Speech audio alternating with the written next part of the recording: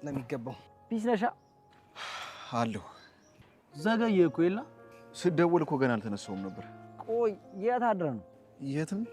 የትም ማለት የትም ነው ሄላ ሙድ ግን ደስ አይልም። በሰላም ነው ግን? እኔ እንጃ። ኤላ የተፈጠረ ነገር አለ እንዴ? እኔም አልገባኝ። ኤላ ምንድነው ነገሩ? አወሳሰብኩ። ቆይ ደግሞ አዲስ አበባ ድረስ የመጣው ሀና ከሌላ ሰው ጋር ፍቅር እንደጀመረች ሰምተህ ነው አይደል? አዎ። ማን የነገረ? ምኑን? ሀና ከሌላ ሰው ጋር ፍቅር መጀመራን ነው። ጆሮ እንደዚህ አይነት ጥያቄ አትጠይቁኝ። ለምን? ምንም መልስ ስለሌለው ነው። ኤላ በጣም ጥሩ ልጅ እንደሆንክ አውቃለሁ፣ ግን አሁን ላይ ሳይ ግን የበፊት ጸባይ በሙሉ እየተቀያየረ። ሰላም እንዴት ናችሁ? የሌላዊት ዩቲዩብ ቻናል ቤተሰቦች በያላችሁበት ሰላማችሁ ብዝት ይበልልኝ። እንኳን ደህና መጣችሁ። ለዚህ ቻናል አዲስ ከሆናችሁ ሰብስክራይብ፣ ላይክ በማድረግ ቤተሰብ እንሁን። ነባር ቤተሰቦች እንደተለመደው ሀሳብ አስተያየታችሁን በኮሜንት ሴክሽን ላይ ስለምታጋሩኝ ከልብ አመሰግናለሁ። በኖላዊ ድራማ በክፍል 135 ነው። ከዚህ ቀደም በክፍል 134 እንዳየነው በጣም ብዙ ነገሮች ውስብስብ ያሉ ነገሮች ተፈጥረዋል።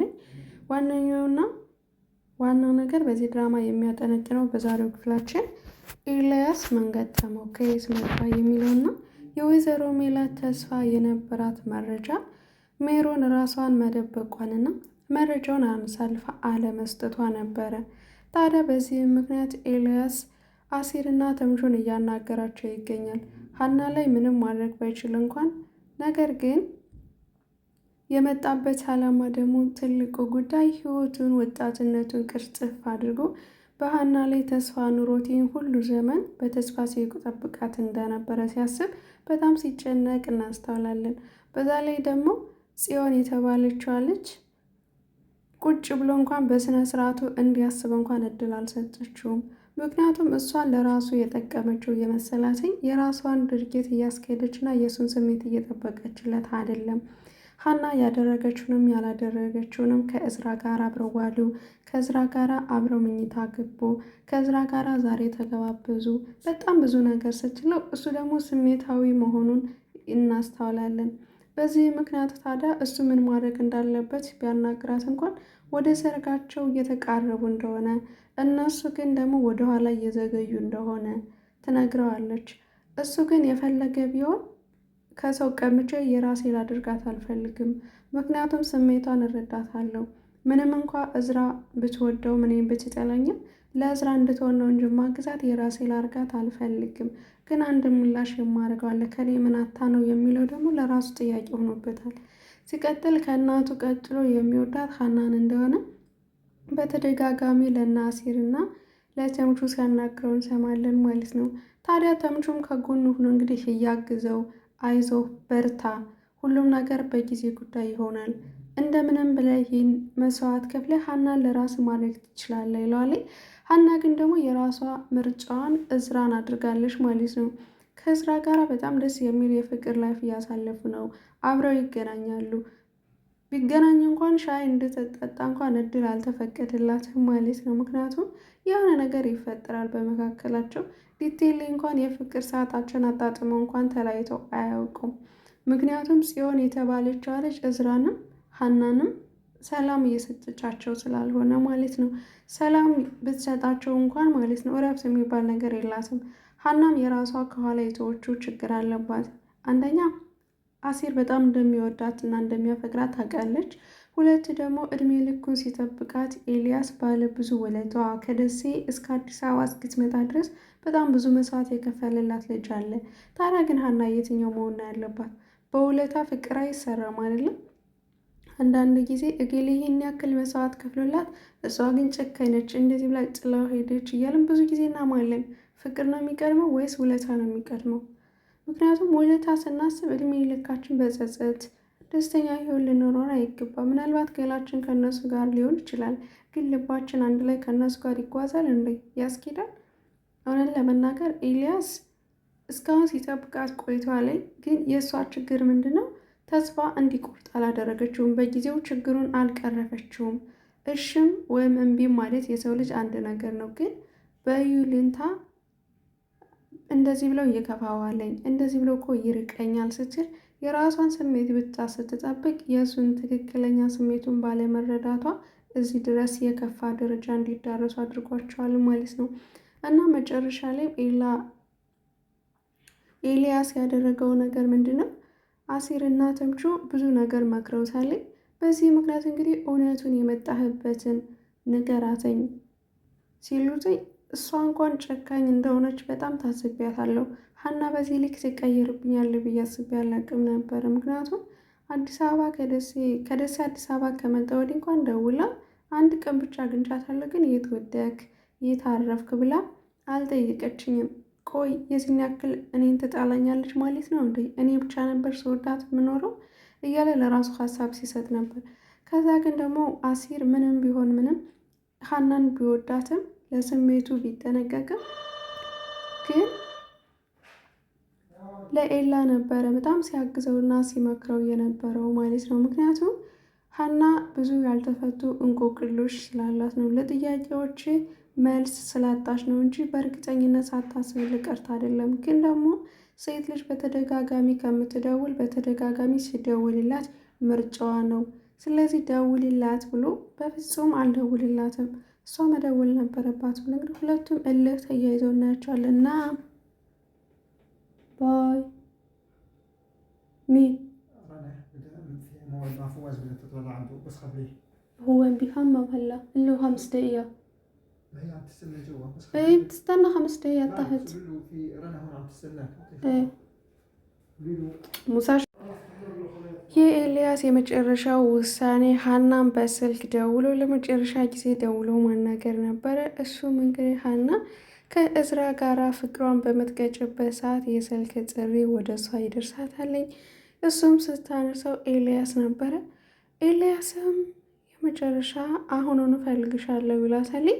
አሁን ላይ አይመቸኝም ነገ እንገናኝ ስትለው በፍጹም ነገ አይደለም አሁኑኑ ነው የምፈልግሽ፣ አሁኑንም አታገኘኝ ከሆነ ግን የመጨረሻ መቼም ቢሆን አታገኘኝም ሲላት በዚህም ትደናገጣለች። እዝራ ራሱ ኤልያስ ደግሞ ማን ነው? ምን ተፈጠረ? ቢያንስ የቀረበውን ምግብ በልተሽ ሲላት እንኳን በፍጹም በጣም ይቅርታ ብላ ተቻኩላ ነበር ጥለው የሄደችው። የተፈጠረው ነገር ግራ በመጋባት እዝራም እንግዲህ ያዘዘውን ምግብ ሂሳቡን ብቻ ከፍለው ምግቡን ሳይጠቀሙ ሲወጡ እናስተውላለን ማለት ነው።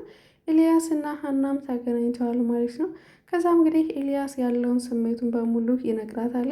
ኤልያስ ግን የደበቀው አንድ ነገር ቢኖር ወደ አዲስ አበባ ማን እንደነገረው ማንና እንዳለውና ሀና ፍቅር መጀመሯን ማን እንደነገረው ሚስጥር አድርጎ ይዞታለኝ። በዚህም ደግሞ ያስፈራራችው ጽዮን የምትባለው አለች እኔ መሆኔን ከነገርከው ሀና ያልቅላታለኝ፣ ሀናን በሰላም አላኖራትም ስላለችው ስላስፈራራቸው ብቻ ሚስጥሩን ደብቆታል ማለት ነው። ምናልባት ይህንን ችግር ለሀና ከነገራት ግን ጽዮን ማን እንደሆነች በደንብ ታስረዳዋለች እና የራሱን ችግር እንዲያስተካክል ትመክረዋለች እያስባለሁኝ። ጽዮን ግን የምትባለው በጣም ከባድና አስቸጋሪ ልጅ መሆኗን ማወቅ አለብን ሁላችንም ማለት ነው። እሷም ግን ለግል ጥቅሟ ለፍቅር ስትል የምትከፍለው መስዋዕትነት ነው።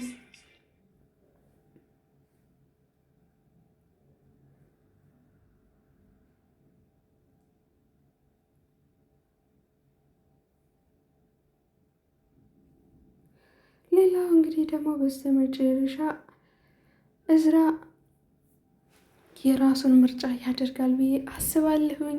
በተረፈ ደግሞ ጽዮን የምትባለው ልጅ ጌጥ ለጌጥ እየተከተለች ከምታስረክው አንዴ ቁርጥ ያለ አማርኛ ተናግሮ ከሱ ህይወት ቢያስወጣት ጥሩ ነው። ምክንያቱም እሷ ብዙ ጥያቄዎችን ታመጣበታለች በህይወቱ ላይ ትክክለኛ ምላሽ እንኳን መስጠት የማይችል ልጅ ነው።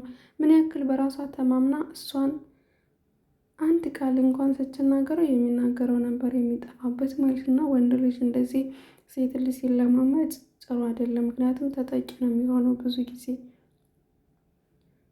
ተስፋ እየሰጠችው ነገ እንገናኛለን፣ ዛሬ ግን አንተ ምናልባት ትጠላኝ ይሆናል፣ ምናልባት ፍቅሬን ሰገለጽኩልህ አንተ እየጠላይና እንደማይመች አውቃለሁ፣ ነገር ግን አንተ የኔ ነህ ብላ በተደጋጋሚ ትነግረዋለች።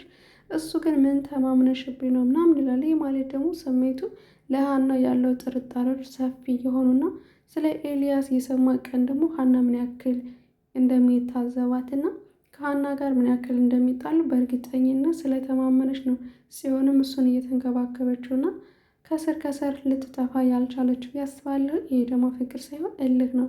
ሌላ ዋናውና የመጨረሻው ሀሳቤ ደግሞ የወይዘሮ ሜላት ከስር የምትወጣበት ነፃ የምትወጣበት መረጃው ተገኝቶ ነገር ግን መረጃውን የደበቀችዋ ሜሮን ደግሞ ዛሬ ላይ ሀና እና ሰላምዬ ሄደው ቤቷ ሲያንኳኩ እንግዲህ ሌላ ወንድ ልጅ ነበረ ያስጠበቀቻቸው፣ ምክንያቱም ቀድማ ስላየቻቸው። ከዛ ደግሞ ይህንን ሲሰማ ልጅ ምናሴ በጣም ተናዶና ተበሳጭቶ ነበረ። እኔ ወንድነቴ ተንቄ እኔ ለእናቴ ምንም ማድረግ ስለማልችል ነው አድር ብሎ በልህ በጠዋቱ ተነስቶ እንግዲህ ወደ ሜሮን ቤት መሄድ ይፈልጋልኝ። ታዲያ ሰላምም አብሬ ካልሄድኩኝ ሙቼ ይገኛሉ ስላለች እሱ ግን ትናንትና ሄደሻል እኮ ስለዚህ ዛሬ ልትሄጂ አትችይም፣ እኔ ራሴ ውጪ አናግራታለሁ ይላለኝ። አይ በፍጹም አብሬን ነው ምን ሄደው ምንም ቢሆን ምንም አብረን እንሄዳለን ጠብቀኝ ትላለች። በዚህ ምናሴም እሺ በቃ ብሎ ነበረ። አብረው ከሄዱ በኋላ በጠዋቱ እንግዲህ ሜሮን ቤት ታገኝታለች ማለት ነው። መረጃውን ትሰጣቸዋለች ወይስ አትሰጣቸው የሚለው ሌላ ጥያቄ ነው። ምክንያቱም ከዚህ በፊት እርግብ ሁሉ ነገር ያውቃሉ፣ መረጃውን ስጫቸው ብላታለች ማለት ነው። ምናልባት ሀሳቧን ካልቀየረች እንግዲህ መረጃው ወጥቶ ሜላት ነፃ እንደምትወጣ እንግዲህ ተስፋ እናደርጋለን ማለት ነው።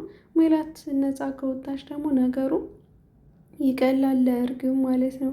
የእርግብም ውሳኔ ነጭ ይሆንላታል። ምክንያቱም ሜላት ለእርግብ ይቅርታ አድርጌላታለሁ ያደረገችው ሁሉ እሷ አይደለችም፣ ሌላው ደግሞ ከጀርባ ሌላ ሰው ስላለ ነው እንጂ እሷ ወዳና ፈቅድ አይደለም ብላ በይቅርታ ሀናም ሜላትም ይቅርታ ካደረጉላት ፖሊሶቹ ምንም የማሰር መብት የላቸው። ምክንያቱም ይቅርታ ካደረገ ክስ ከሌለበት አንድ ሰው መታሰር ወይም እዛ እስር ቤት መቆየት የለበትም እያስባለው ማለት ነው። እና ሌላው ደግሞ ወይዘሮ ሜላት ከእስር እንኳን ብትፈታ ከባዩሽ ጋር የነበሩ ትላልቅ ሰዎች እናገው በቃሉ ሜላት ማታውቃቸው ግን ባዩሽ የምታውቃቸው ይቅርታ ለድምፅ ጥራት ማለት ነው። ከኋላ ብዙ ጫጫታ ነበረ። ሌላው ደግሞ ሀሳቤም ስለተቆራረጠ በጣም ይቅርታ እየጠየቅኩኝ አብራችሁኝ ስለቆያችሁ ከልብ አመሰግናለሁ። ለዚህ ቻናል አዲስ ከሆናችሁ እንኳን ደህና መጣችሁ። ሰብስክራይብ፣ ላይክ በማድረግ ቤተሰብ እንሆን። ነባር ቤተሰቦች ከልብ አመሰግናለሁኝ። በሌላ ቪዲዮ ተመልሼ እስክመጣላችሁ ድረስ ቸር ቆዩልኝ። ለሰው ልጅ ሰላም ነውና ለሁላችንም ሰላም ይስጠን። እወዳችኋለሁ። ባይ